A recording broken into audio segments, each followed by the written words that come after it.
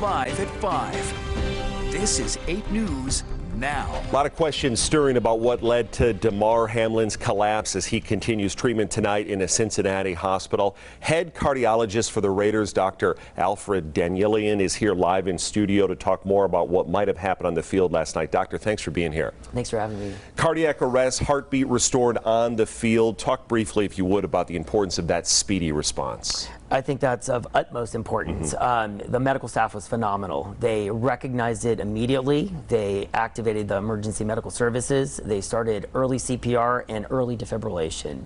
Now, nothing is definitive yet about what has happened here, but there is a lot of talk about heart arrhythmia that occurs when someone takes that direct hit to their chest. Is that something that can be determined in time? We think about the amount of hits in the NFL and the chest protection. You would think that would not be the case. Is it something we have to wait a little bit of time to determine that? Absolutely correct. We have to wait. First and foremost is a period of stabilization, of keeping him on something called the hypothermia protocol, where the body's cooled to allow the organs to rest and recover during the recovery and rewarming phase. After that, starts the diagnostic kind of approach, and so there'll be a set of diagnostic tests that'll be done.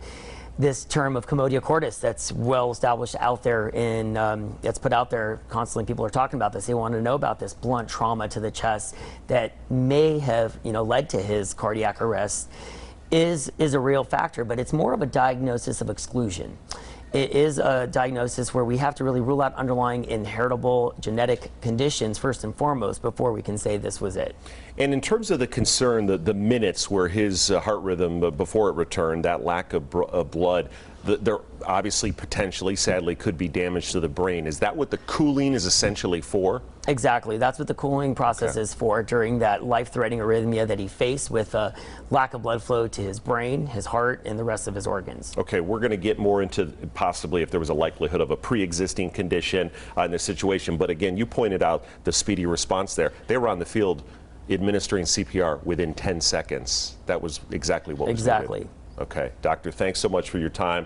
We're going to have his medical expertise again in your 6 p.m. newscast. Now we're going to send it back over to Denise.